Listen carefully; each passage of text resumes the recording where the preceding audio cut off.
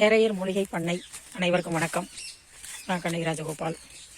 இன்றைக்கி நாம் என்ன கொய்யா ரகங்கள் நிறைய வச்சுருக்கோம்.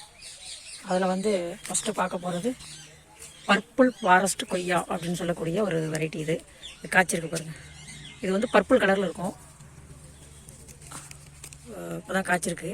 ஆனால் வச்சு ரொம்ப நாள் ஆகிடுச்சு, ரொம்ப வருஷம் ஆகிடுச்சு.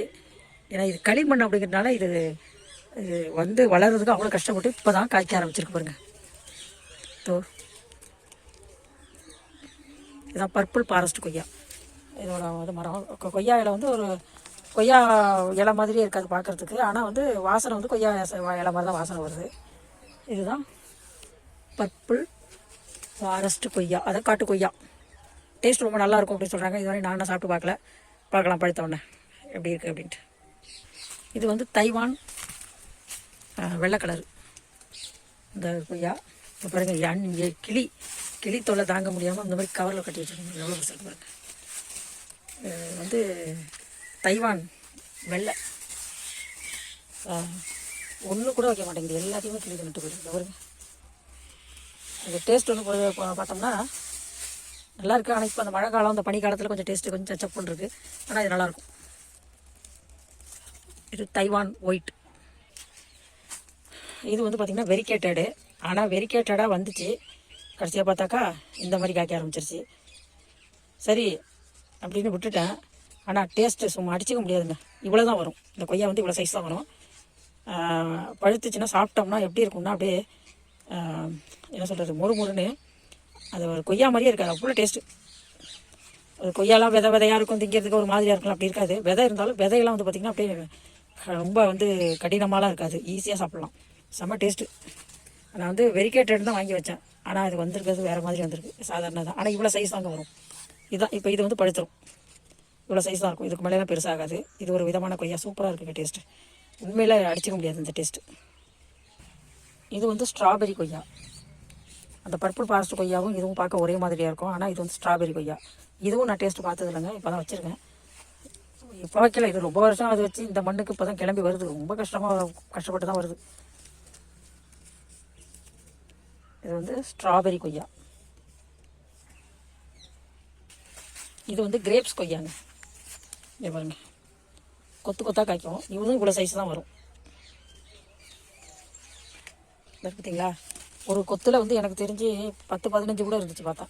அதோட மொட்டு பாருங்க எப்படி இருக்குது. ஒரு கொத்தில் எத்தனை பூ இருக்குது பாருங்க, மொட்டு. இந்த பாருங்க, இவ்வளோ சைஸ் தான். இதோட அங்கே காமிச்சல அந்த சைஸ் தான் வரும். இது இனிப்பு புளிப்பு கலந்தது. டேஸ்ட் நல்லாயிருக்கும். இனிப்பு புளிப்பு கலந்தது மாதிரி அதோட பூ பாருங்கள், சின்னதாக இருக்குது.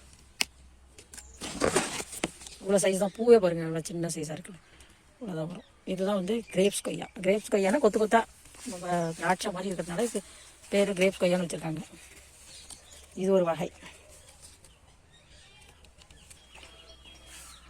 இது லலித் கொய்யான்னு சொல்லக்கூடியதுங்க. இது இதுவும் நல்ல பெரிய காயாக வரும். இன்னும் காய்க்க ஆரம்பிக்கல. ஆனால் இது போன வருஷம் காய்ச்சி இருந்துச்சு, ரொம்ப நல்லா இருந்துச்சு. இதுவும் டேஸ்ட்டு. இது நார்த் இந்தியாவில் தான் வாங்கி வச்சேன். இது லலித் கொய்யா அப்படின்னு சொல்கிறாங்க. நல்லா இருக்குது டேஸ்ட்டு. இது பாருங்கள், ஜப்பான் கொய்யா. பாருங்கள், செடி பாருங்கள், சின்ன கவரில் தான் வச்சுருக்கிறேன். இந்த கவரில் தான் வச்சுருக்கிறேன். காய்ச்சிருக்கு பாருங்கள். ஜப்பான் கொய்யா. இதில் 3 விதை தான் இருக்கும் அப்படிங்கிறாங்க. சாப்பிட்றதுக்கு அவ்வளோ சாஃப்டாக இருக்கும். ரொம்ப டேஸ்ட்டும் சூப்பராக இருக்கும். உள்ள லைட் பிங்க் கலரில் இருக்கும் அப்படிங்கிறாங்க. இது இப்போ தான் நான் கிளிக்கிட்ட போராடுறதும் பெரியது. 2 காய் காய்ச்சிருக்கு. நான் இது பழுத்த ஒன்று கட் பண்ணி பார்க்கணும் எப்படி இருக்குன்ட்டு. நான் இதுவரையும் வீடியோவில் தான் பார்த்துருக்கேன், நேரத்தில் பார்த்தா ஜப்பான் கொய்யா பாருங்கள். இது இலையே வித்தியாசமாக இருக்குது பாருங்க. மற்ற கொய்யாவுக்கு இதுக்கு நிறைய வித்தியாசம் இருக்குது. இலை நல்லா அகலமாக இருக்குது, பெருசாக. சின்ன இதில் தான் வச்சுருக்கேன். 2 கொய்யா வச்சுருக்கேன், 2 கொய்யா செடி. ரொம்ப ஆர்வமாக இருக்குது இந்த கொய்யா சாப்பிட்றதுக்கு. நல்லா பார்க்கவே வித்தியாசமாக அழகாக இருக்குது. நல்லா சாஃப்டாக இருக்கும், சாப்பிட்றதுக்கு பஞ்சு மாதிரி இருக்கும் அப்படிங்கிறாங்க. இதான் ஜப்பான் கொய்யா. இது பாருங்கள், அர்க்கா கிரண் அப்படிங்கிற ஒரு கொய்யா. இதுவும் வடநாட்டிலேருந்து தான் வாங்கி வச்சேன், அர்க்கா கிரண். இப்போ இது ட்ரம்மு கொஞ்சம் மாற்றினதுனால எல்லாம் கொஞ்சம் இதாக இருக்குது. கொஞ்சம் உரம்லாம் வச்சோம்னா இன்னும் நல்லா இதாக. அர்க்கா கிரண் அப்படிங்கிற கொய்யா இதுவும் நல்லா இருக்குங்க. இதுவும் உங்களுக்கு உள்ளே வெட்டினோம்னா வெள்ளை கலரில் இருக்குது. சூப்பராக இருக்குது டேஸ்ட்டு. கொய்யா வந்து நம்ம பொதுவாக நாட்டு கொய்யா அப்படின்னு சாப்பிட்றோம் இல்லையா, ஆனால் வந்து நறுக்கு முறுக்குன்னு ஒரு மாதிரி ரொம்ப சாப்பிட்றதுக்கு ஒரு கஷ்டமாக இருக்கும். அந்த இப்போ நீங்கள் விதையோட கொய்யா நிறைய சாப்பிட்டீங்கன்னாக்கா லூஸ் மோஷன் விட்டுரும். அந்த மாதிரி செரிக்கிறதுக்குலாம் நிறைய பிரச்சனை வரும். அது இந்த மாதிரி சாப்பிடும்போது நல்லா இருக்கு பாருங்கள். இது வந்து அர்க்கா கிரண் அப்படிங்கிற வெரைட்டி. இது பாருங்கள், கருப்பு கொய்யா இல்லை பீட்ரூட் கொய்யா அப்படின்னு சொல்லக்கூடியது. பீட்ரூட் கொய்யா அப்படிம்பாங்க. இப்போ தான் காய்ச்சி பாருங்கள். அது நல்லா கை சூப்பராக இருக்குது பார்க்க.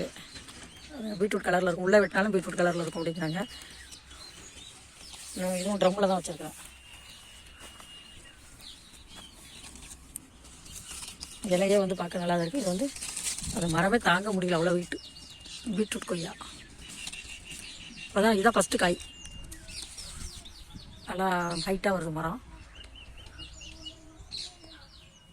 இது வந்து சீனி கொய்யா. இது பெரும் நான் நிறைய பார்த்துருப்பீங்க, சீனி கொய்யான்னு சொல்கிறாங்க. இதுவும் நான் சாப்பிட்டதில்ல.